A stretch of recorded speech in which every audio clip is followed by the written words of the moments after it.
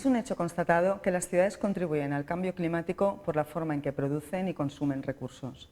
Pero los espacios urbanos también son muy vulnerables a determinados impactos derivados de este cambio climático, como por ejemplo el incremento de las temperaturas, acentuado además por el efecto de isla de calor en las ciudades.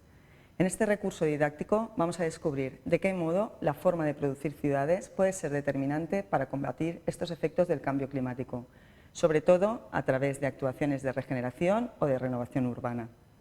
Si pensamos en el diseño de espacios urbanos con criterios medioambientales, estaremos buscando soluciones para aprovechar los recursos naturales. Estaremos así favoreciendo un modelo de economía circular y a la vez contribuyendo a reducir los impactos del cambio climático. Vamos a ver en primer lugar cuál es el escenario al que nos enfrentamos. Actualmente, más de la mitad de la población mundial vive en las ciudades, unos 3.500 millones de personas, y se espera que esta proporción aumente hasta alcanzar porcentajes superiores al 70% en 2030. Es decir, 7 de cada 10 personas en el mundo vivirán en asentamientos urbanos. Resulta pues evidente que el crecimiento de la población que se ha producido desde mediados del siglo XX, unido al incremento migratorio, ha provocado un desarrollo rápido y descontrolado de las ciudades. En el caso de España, el mayor incremento de población urbana se produjo entre 2000 y 2011, momento en el que, aunque el número de personas se estabilizó, la proporción de residentes en las ciudades siguió creciendo. Según algunos estudios realizados por las Naciones Unidas, en España la relación entre población urbana y rural ha pasado de ser de la mitad-mitad en 1950 hasta el 70-30% y se prevé que esta proporción llegue al 90-10% en los próximos años. Este fenómeno demográfico influyó directamente en el crecimiento de las áreas urbanizadas. La tercera parte de la superficie edificada actual de España se construyó en menos de 20 años, en concreto entre 1990 y 2007. Por ejemplo, en Madrid, como vemos en esta diapositiva, la extensión urbana pasó de ser poco más de 30.000 hectáreas en 1991 a más de 84.000 hectáreas en 2010. Es decir, se ha triplicado prácticamente la superficie urbanizada en menos de 20 años. Este incremento de población, unido al desarrollo urbano descontrolado, ha provocado una serie de efectos sobre el medio ambiente y sobre la calidad de vida de las personas. Las ciudades consumen cerca del 70% de los recursos del planeta. Desde mediados de los años 80 del siglo pasado, este problema además adquirió una escala global al comprobarse que la huella ecológica del planeta superó su superficie. Esto quiere decir que el consumo de recursos fue mucho mayor que la capacidad de reposición de los mismos. Actualmente nos encontramos en déficit ecológico. En este momento, la humanidad necesitaría aproximadamente disponer de 1,7 planetas para satisfacer su demanda de recursos. España es uno de los países que además contribuye a este superávit negativo, ya que en nuestro caso consumimos casi el triple de lo que somos capaces de regenerar. Por otro lado, las ciudades y particularmente el modo de vida de sus habitantes son responsables del 75% de las emisiones de gases de efecto invernadero. Así pues, estos sistemas urbanos contribuyen de manera notable a agravar los desequilibrios climáticos y ambientales del planeta. Sin embargo, a la vez que las ciudades son consideradas causantes de parte de los problemas ambientales, también constituyen el vehículo ideal para implementar estrategias de mitigación del cambio climático y de adaptación a sus efectos. Es decir, a la vez son parte original del problema y parte de la solución. Se trata, pues, de cambiar la forma de planificar, la forma de diseñar, de construir y de gestionar sobre todo las ciudades. Veamos qué se está haciendo desde el ámbito político e institucional para mejorar nuestras ciudades. La Unión Europea lleva varios años trabajando con el objetivo de promover modelos urbanos más resilientes que faciliten la transición hacia economías de bajo carbono y de bajo consumo de recursos. Este propósito ya se pone de manifiesto en los compromisos adoptados en la Carta de Leipzig en 2007, en la que se incluyen dos recomendaciones. Por un lado, hacer un uso de las políticas integradas de desarrollo urbano que contemplen, además de aspectos sociales, aspectos energéticos o de calidad en la creación de los espacios. En segundo lugar, prestar especial atención a los barrios más desfavorecidos. Posteriormente, en la Declaración de Marsella, en 2008, se confirmaron estos objetivos enunciados en la Carta de Leipzig, valorando que tenían una gran importancia frente al cambio climático y se decidió iniciar un marco europeo de referencia para la ciudad sostenible, RFSC por sus siglas en inglés. El RFSC es una herramienta voluntaria con y para las ciudades diseñada para impulsar la sostenibilidad en las ciudades europeas a través del desarrollo operativo de los principios enunciados en la Carta de Leipzig. Un par de años después, en la Declaración de Toledo, aparte de validarse el marco europeo de referencia, se resaltó la importancia de intervenir en el entorno construido y en los tejidos urbanos ya existentes a través de acciones de regeneración urbana integrada como instrumento estratégico. Así pues, las intervenciones deberían tener en cuenta el enfoque medioambiental, además de contemplar aspectos sociales, económicos, culturales, etcétera, para poder llegar a ese modelo urbano más inteligente y sostenible y además más socialmente inclusivo en la ciudad ya consolidada.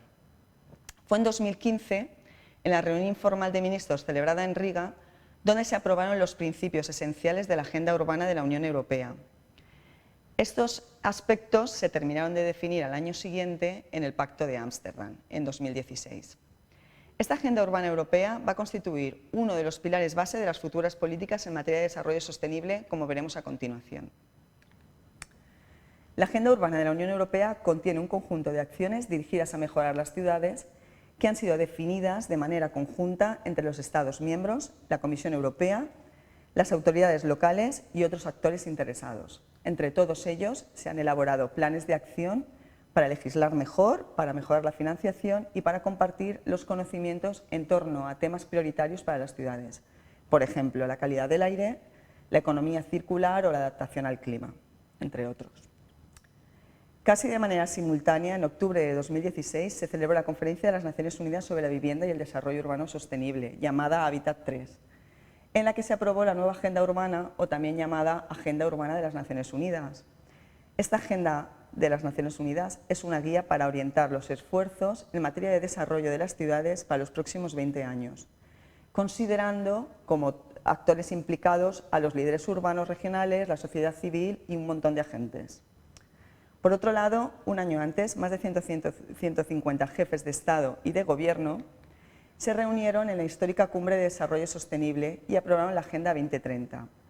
Esta agenda contiene 17 objetivos de aplicación universal, llamados Objetivos de Desarrollo Sostenible, ODS, que desde enero de 2016 marcan los esfuerzos de los países de las Naciones Unidas para lograr un mundo sostenible en el Objetivo 2030.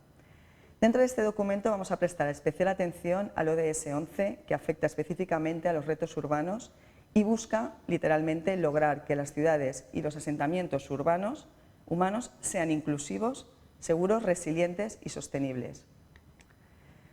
Hemos visto que se fijaban las políticas europeas a través de 3 agendas estratégicas: la Agenda Urbana de la Unión Europea, la nueva Agenda Urbana o de las Naciones Unidas y la Agenda 2030. Pero ¿cómo se traslada todo esto al ámbito nacional? Vamos a ver cómo se interpretan estas directrices en España. Pues bien, a partir de los criterios establecidos en estas 3 agendas europeas anteriores, en 2016 se crea la Agenda Urbana Española. Este documento estratégico aparece como una política palanca en el Plan de Acción para implementar la Agenda 2030 y, por lo tanto, constituye una herramienta clave para conseguir el cumplimiento de los Objetivos de Desarrollo Sostenible en España. La Agenda Urbana Española contiene un diagnóstico de la realidad urbana y rural, un marco estratégico estructurado en 10 objetivos que se despliegan, estos grandes objetivos estratégicos se despliegan en otros objetivos más específicos con líneas de acción posibles y un sistema de indicadores para realizar la evaluación y seguimiento de los objetivos. Además de esto, hay otras herramientas prácticas para facilitar su implementación. Este es el decálogo de objetivos estratégicos de la Agenda Urbana Española. Vamos a ver cómo se conectan estos objetivos con nuestro recurso didáctico. La Agenda Urbana Española, y más concretamente los objetivos estratégicos que plantean, van a ser nuestra hoja de ruta para este recurso didáctico. Nuestra intención es facilitaros instrumentos concretos para que podáis intervenir en el ámbito urbano y sepáis responder a cada uno de estos objetivos. Así, por ejemplo, en este recurso didáctico que trata sobre diseño de espacios urbanos con criterios medioambientales, nos vincularemos principalmente con 2 objetivos. El número 3, prevenir y reducir los efectos del cambio climático y mejorar la resiliencia, Y el número 4, hacer una gestión sostenible de los recursos y favorecer la economía circular. Este recurso didáctico consta de 4 unidades, en las que se va a exponer herramientas y casos prácticos con el objetivo de facilitar al alumno una metodología para planificar y diseñar los espacios urbanos teniendo en cuenta criterios medioambientales. Esto contribuirá, por un lado, a mejorar la calidad de vida y el confort de las personas a través del estudio de medidas de adaptación particularizadas para las condiciones de cada emplazamiento. Y por otro lado, a prevenir y reducir los efectos negativos que los tejidos urbanos tienen sobre el cambio climático. En la primera unidad didáctica se representarán los conceptos básicos y los modelos de referencia existentes para entender qué criterios medioambientales han de tenerse en cuenta a la hora de regenerar un espacio urbano. En la unidad didáctica 2 se repasarán algunas herramientas de simulación energética que pueden servir para analizar las condiciones microclimáticas de los espacios abiertos. De este modo se puede valorar la influencia de diferentes diseños urbanos en el confort ambiental. Así compararemos sus efectos y podremos disponer de criterios para elegir la mejor solución desde el punto de vista bioclimático. A continuación se analizarán los parámetros morfológicos y ambientales propios de las ciudades y se presentarán estrategias concretas para la adaptación y mitigación del efecto de isla de calor. Por último, se expondrá una selección de casos ejemplares de regeneración de entornos urbanos a distintas escalas y con diferentes estrategias, prestando especial atención a las infraestructuras verdes. Con todo esto, se pretende desarrollar en los alumnos las competencias necesarias para poder seleccionar las estrategias de diseño bioclimático más convenientes para cada espacio y así poder diseñar con criterios medioambientales.